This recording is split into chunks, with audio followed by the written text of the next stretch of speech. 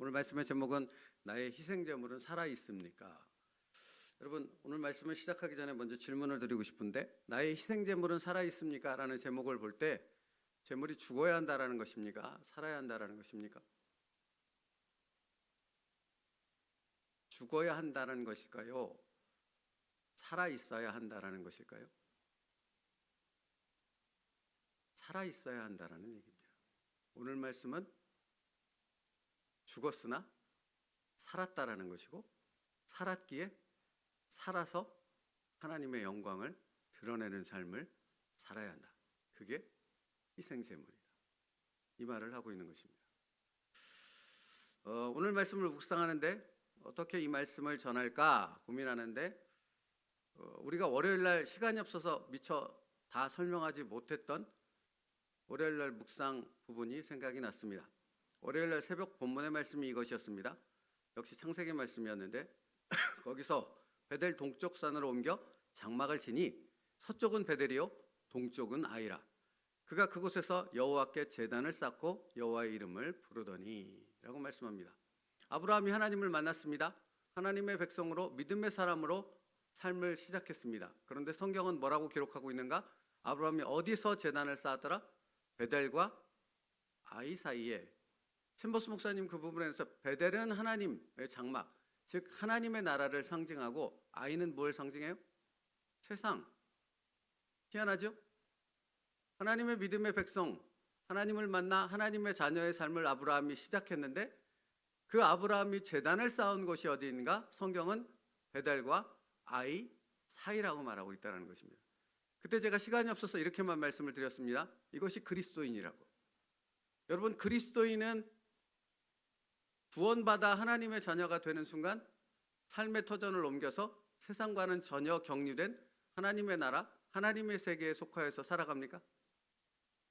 아니요, 그렇지 않다라는 겁니다. 여전히 세상 속에서 삽니다. 다만 무엇이 바뀐 것입니까? 이전에는 내가 세상에 속한 자로서 세상의 방식을 따라 세상의 목적을 가지고 이 땅의 어떤 삶의 모든 것을 두고 살아가는 세상 사람들처럼 살아가는 그런 인생이었다면, 동일한 곳에서 여전히 세상 가운데 살아가는 그런 나의 삶의 터전이지만 나의 소속은 어디로 바뀐 것입니까? 하나님의 나라로 바뀐 것입니다. 똑같은 곳에서 똑같은 삶을 살아가지만 나의 마음은 나는 누구에게 속한 자입니까? 하나님께 속한 자, 예수 그리스도의 이름으로 살아가는 자가 되어졌다라는 것입니다. 그게 베델과 아이 사이에 제단을 쌓고 거기에 장막을 둔 이유입니다. 그러므로 여러분, 우리가 예수 그리스도와 함께 십자가에서 죽었지요. 아멘이십니까? 우리는 죽었습니다. 그러나 우리의 죽음은 죽음으로 끝나는 죽음이 아니라 예수 그리스도께서 부활하신 것처럼 우리는 그 죽음에서 살아나서 이 세상 가운데 무엇하는 자들이 되었습니까? 이 세상 가운데서 예수의 이름으로 살아가는 자들이 되었습니다. 이 세상에 예수의 향기가, 예수 그리스도의 사랑이 퍼져 나갈 것입니다. 계속해서 더욱더 누구를 통해? 예수의 이름으로 살아가는, 베델과 아이 사이에 그 장막을 짓고 제단을 쌓고 거기서 하나님의 영광을 드러내는 그리스도인들을 통해 예수의 사랑은 끊임없이 계속해서 확장되어 갈 것이라는 것입니다. 그게 뭡니까? 그게 하나님의 나라입니다. 그러므로 오늘 제목, 나의 희생제물은 살아있습니까? 살아있어야 한다는 것입니다. 우리는 살아서 예수 그리스도 이름으로 하나님의 영광을 드러내는 끊임없는 삶의 제사를 드리는 거룩한 산제사를 나의 삶 속에서 드러내는 자로서 살아가야 한다는 것입니다. 그러니까 여러분, 더욱 힘있게 사십시오. 더 힘을 내고 더 예수 그리스도의 이름으로 우리에게 맡겨진 사명을 감당하는 것입니다. 여러분, 근데 챔버스 목사님도 오늘 말씀하시지만 우리가 사명을 감당한다는 것은 그저 죽은 자처럼 살아간다는 의미가 아니에요. 당신이 예수 그리스도의 이름으로 이전과는 전혀 다른 삶을 산다는 의미라고요. 전혀 다른 삶. 그러니까 이것은 나로서는, 내 힘으로서는 살지 못했던 삶이 이제 예수의 이름으로 내 삶 속에서 예수 그리스도의 거룩한 능력이 살아 나타나는 그 놀라운 힘으로 살아가는 자가 되어짐을 나 스스로 나의 삶 속에서 경험하며 그 놀라운 은혜에 감격하며 기뻐하는 자의 삶을 살아가는 자들이 바로 아브라함과 같은 믿음의 사람, 곧 예수 이름으로 구원받은 내 삶이 되어진다라는 것입니다. 그러니까 놀라는 사람은 나라고요. 놀라는 사람이 나라고요. 바로 당신이라고요.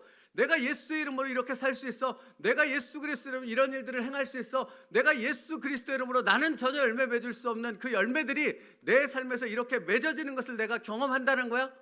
이 놀라운 것을 내가 경험하며 사는 진정한 그리스도인, 거룩한 삶의 제사를 드리는 자가 되어졌음을 내 스스로 내 삶 속에서 끊임없이 발견하고 경험하게 되어진다라는 것입니다. 그게 누구라고요? 그게 나라고요. 내가 누구라고요? 예수의 피를 가진 자, 예수의 흔적을 가진 자, 예수의 십자가 보혈이 여기 있는 자, 그게 나라고요. 그게 그리스도인이라고요.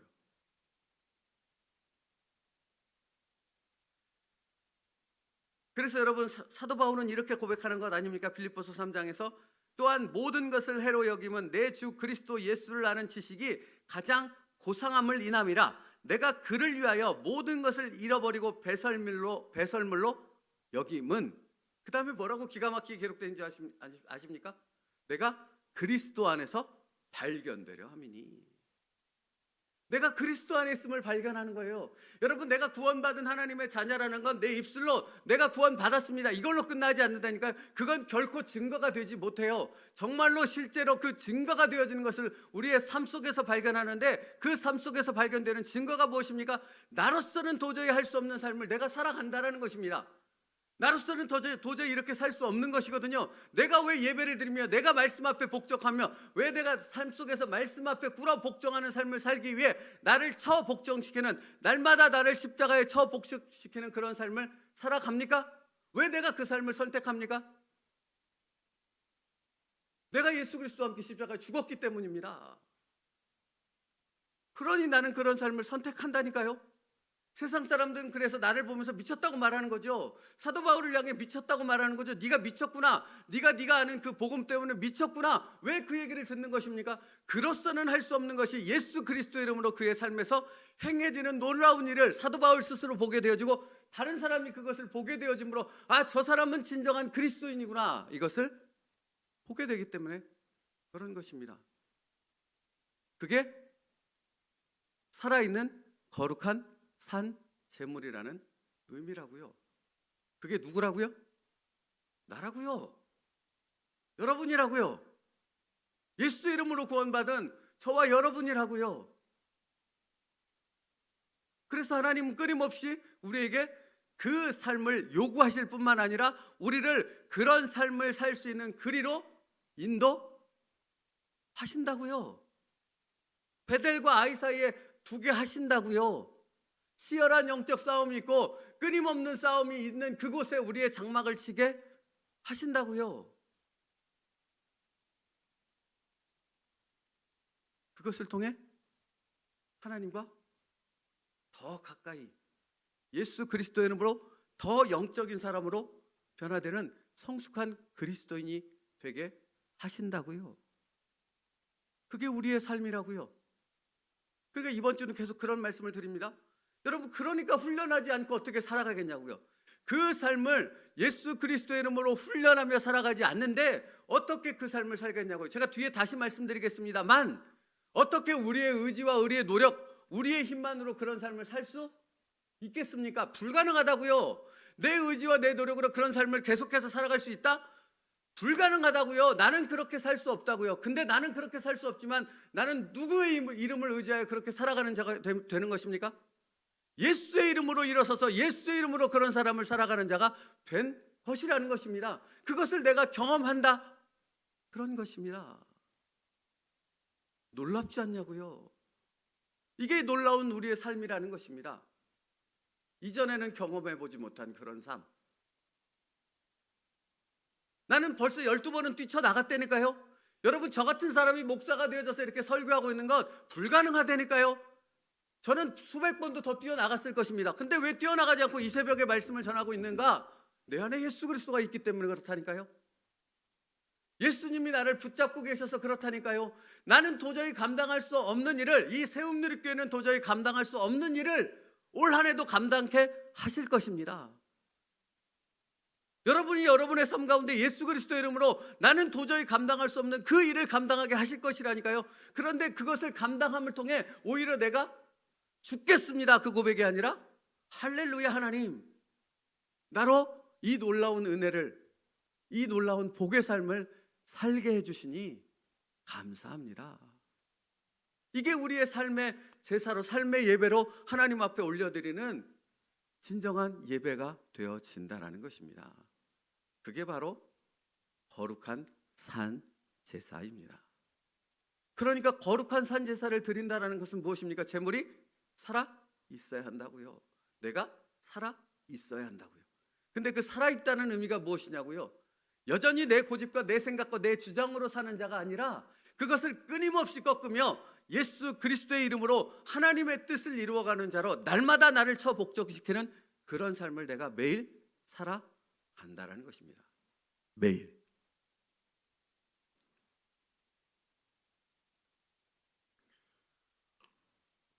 그러므로 여러분, 우리의 매일의 삶은 믿음의 하나님의 나라와 이 세상 나라의 경계선상에서 항상 여기 사이에서 살아갑니다. 그래서 월요일에도 이런 말씀을 드렸어요. 그러니까 우리의 삶의 선택이 결단이 매우 중요하다고. 시선이, 내 마음이 나를 향하고 있으면 나는 끊임없이 세상을 향해 이전의 삶으로, 그 삶의 선택으로 돌아가려고 하는 그 성향을 나타낸다고요. 그런데 우리의 삶의 결정은 날마다 어디를 향해야 된다고요? 하나님의 나라, 하나님을 기쁘시게 하는 그 일을 선택해야 된다고. 그러니까 여러분, 우리가 날마다의 삶 속에서 예수 그리스도에게 붙어있지 않으면, 그분의 말씀 앞에 복종하여 그 말씀을 여기에 담고 그 말씀을 붙잡지 않는다면 우리는 여전히 세상을 향해 나가는 나를, 폭주하는 나를 막을 수 없다고요. 그러나 예수 그리스도와 동행하는 삶을 살아가면 그 예수 그리스도의 말씀을 통해 성령 하나님께서 나를 이 하나님의 나라에 속한 자로서 하나님의 영광을 드러내는 자로 겸손히 무릎 꿇게 만든다고요. 그래서 이 새벽을 드리는 거라고요. 경건의 시간이 우리에게 날마다 있어야 한다고요. 나는 아닙니다. 나는 여전히 아닙니다. 그러나 예수 그리스도는 내 안에서 나를 예수의 사람으로 오늘도 만들어 가실 줄 믿습니다.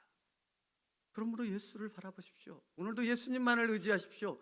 나는 할 수 없지만 예수의 이름으로 행하게 하여 주시옵소서. 챔버스 목사님 말씀을 들어보십시오. 너무 중요한 말씀을 너무 정확하게 표현합니다.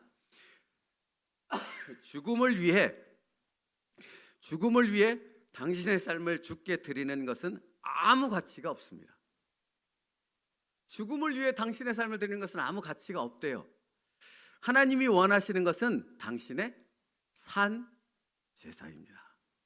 사십시오. 예수 그리스도 이름으로 일어서십시오. 그 다음 말씀을 보십시오. 하나님의 뜻을 이루기 위해 자신을 전적으로 하나님께 내어 드리는 살아있는 제물을 원하십니다. 하나님이 오늘 우리에게 우리의 호흡을, 여러분 무한에서 돌아가신 분들이 149명인가요? 우리도 여러분 비행기 타지 않지 않습니까? 우리도 비행기 타지 않습니까? 우리는 왜 안 죽었을까요? 여러분 그 무한 비행기에 우리도 타고 있었을 수 있잖아요. 얼마든지 거기서 우리는 정말 끽소리 못하고 그 안에서 죽을 수밖에 없는 그런 존재가 우리라는 것을 부정하지 못하지 않지 않습니까? 그죠?